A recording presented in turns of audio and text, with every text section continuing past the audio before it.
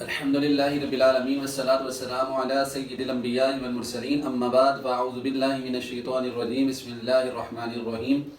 قال اللہ تبارک و تعالی فی القرآن المجید والفرقان الحمید الا ان اولیاء اللہ لا خوف علیہم ولا هم یحزنون آمنت باللہ صدق اللہ العظیم وصدق رسولہ النبی الکریم الامین۔ حضرات ذی وقار رب کائنات نے قرآن مجید فرقان حمید کے اندر ارشاد فرمایا کہ الا ان اولیاء اللہ، خبردار بے شک جو اللہ کے ولی ہیں، لا خوف علیہم، نہ ان پر کوئی خوف ہے، ولا هم یحزنون، اور نہ وہ غمگین ہوتے ہیں، نہ ان پر کوئی غم ہے۔ حضرت ذی وقار آج جو میرا موضوع سخن ہے وہ یہ ہے کہ مقام غوث اعظم کیا ہے غیروں کی زبان سے، مخالفین کی زبان سے۔ انشاءاللہ تبارک و تعالی یہاں پہ جو مخالفین ہیں، جو غوث اعظم کی غوثیت کو نہیں مانتے لیکن ان کے بڑوں نے مانا ہوا ہے، تو ان کی کتابوں سے یہ حوالے دیے جائیں گے کہ غوث اعظم رحمت اللہ تعالیٰ کی جو ذات ہے وہ اپنے بیگانوں نے بھی مانا ہے کہ غوث اعظم رحمت اللہ تعالیٰ شیخ عبد القادر جیلانی قطب ربانی الحسنی والحسینی پیر غوث اعظم رحمت اللہ تعالیٰ جنہیں کہا جاتا ہے، تو ان کی جو شان ہے ورا الورا ہے۔ لیکن بعض لوگ کہتے ہیں کہ آپ غیر اللہ کو غوث کہتے ہیں، یعنی کہ غوث کا مطلب یہ ہوتا ہے کہ جو مدد کرنے میں مہارت تامہ رکھتا ہو، تو یعنی کہ اللہ تعالیٰ غوث ہے لیکن آپ نے عبد القادر جیلانی کو غوث کا لقب دیا، اور آپ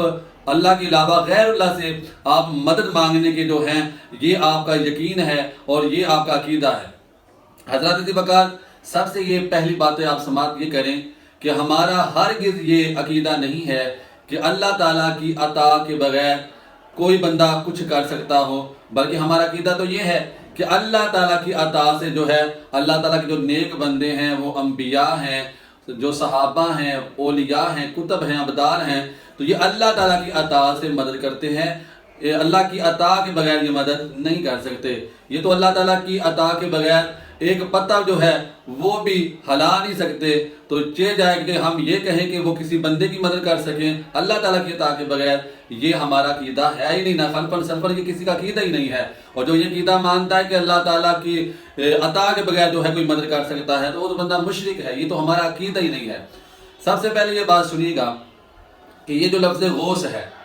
غوث اعظم رحمت اللہ تعالیٰ کے لیے ہم جن کا نام عبد القادر جیلانی، جن کا نام ہے محی الدین، جن کا یہ مکمل نام ہے، تو ہم ان کو غوث اعظم کہتے ہیں، غوث کہتے ہیں۔ سب سے پہلے یا حضور علیہ السلام کے جو صحابہ ہیں، کیا ان صحابہ کے ناموں میں سے کوئی نام ہے؟ تو جی، حضور کے کئی صحابہ ہیں، ایک دو نہیں، کئی متعدد صحابہ کے جن کا نام تھا مغیث، اور مغیث آپ کو پتہ ہے یہ باب فعال کا یہ صیغہ ہے، اس میں فاعل کا صیغہ ہے، یعنی کہ مدد کرنے والا، اور باب فعال کا جس کے اندر جو ہے غوثیت پائی جا رہی ہے، مدد کے معنی پائے جا رہی ہیں۔ تو حضرات ذی وقار اگر یہ لفظ جو ہے وہ اللہ کے علاوہ کسی اور کے لیے استعمال کے لیے اگر یہ غلط ہوتا یا ممنوع ہوتا، تو یہ حضور علیہ السلام اپنی زندگی میں اس صحابی کا نام چینج کرتے، تبدیل کرتے، حالانکہ حضور علیہ السلام نے اپنی ظاہری زمانے تک اور صحابہ کے ناموں کو باقی رکھا، یعنی کہ ان کا نام مغیث تھا جس کے اندر غوثیت والے معنی پائے جا رہے تھے۔ تو حضور علیہ السلام کی جو ذات ہے انہوں نے بھی منع نہیں کیا، کیونکہ عقیدہ سب کا یہ ہے کہ اللہ تعالیٰ کی جو ذات ہے وہ حقیقی مددگار ہے، اور جو اللہ تعالیٰ کے جو بندے ہیں وہ اللہ تعالیٰ کی عطا سے جو ہے وہ مدد کرتے ہیں۔ اب آئیے گا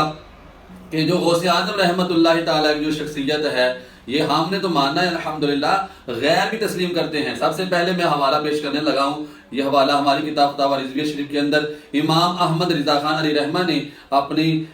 کتاب جو مایہ ناز آپ کی کتاب ہے فتاوی رضویہ شریف، اس کی جلد نمبر 9 کے اندر اور صفحہ نمبر 834 کے اندر یہ لکھا ہوا ہے کہ آپ فرماتے ہیں اور حوالہ دیتے ہوئے آپ کہتے ہیں، اور حوالہ کس کا دیا؟ جو مخالفین کے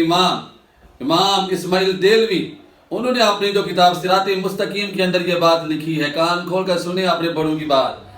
آپ ہمارے اوپر اعتراض کرتے ہیں کہ آپ جو ہے غوث اعظم کو غوث کہتے ہو، مدد کے لیے پکارتے ہو، یہ سنیے۔ آپ فرماتے ہیں کہ جناب اعلیٰ حضرت نے لکھا کہ اسماعیل دیلوی یہ بات لکھتے ہیں کہ نافہم طالب یہ سمجھتے ہیں کہ ہم بھی حضرت غوث اعظم کے ہم پایا ہو گئے، کہتے ہیں ایسا نہیں ہو سکتا، یعنی کہ غوث اعظم رحمت اللہ تعالیٰ کی ذات ایسی ہے کہ کوئی ان کے ہاں پایا نہیں ہو سکتا۔ اور سنیے بات، اسی طرح مخالفین کے امام جن کو وہ امام ابن تیمیہ کہتے ہیں، ثابت ہے تواتر سے،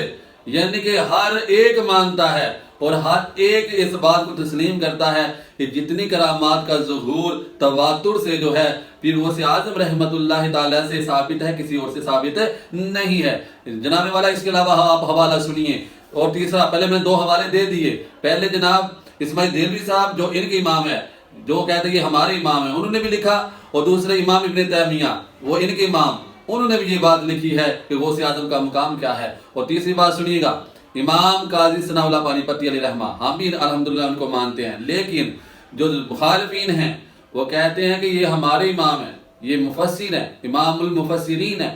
تو امام قاضی ثناء اللہ پانی پتی علیہ رحمہ نے، انہوں نے اپنی کتاب سیف المسلول کے اندر لکھا ہے، بڑی پیاری بات آپ نے لکھی ہے، اور سنیے گا۔ اور ہم مخالفین کو کہتے سنیں، امام قاضی ثناء اللہ پانی پتی علیہ رحمہ کی بات سنیے گا۔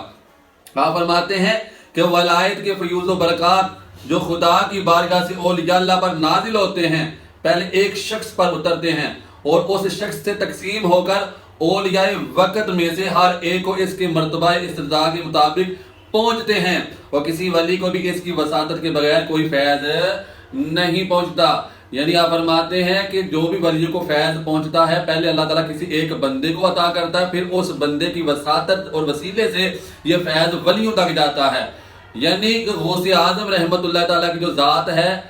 وہ ایسی ذات ہے کہ ان کا فیض ولیوں تک گیا ہے، کوئی ولی ہو ہی نہیں سکتا کہ جن کو فیض پھر غوث اعظم رحمت اللہ تعالیٰ سے نہ ملا ہو۔ اور سنیے گا آگے جا کے لکھتے ہیں، صفحہ نمبر، یہ اعلیٰ حضرت نے اپنے فتاوی رضویہ جلد نمبر 9 کے اندر لکھا، صفحہ نمبر 811 ہے،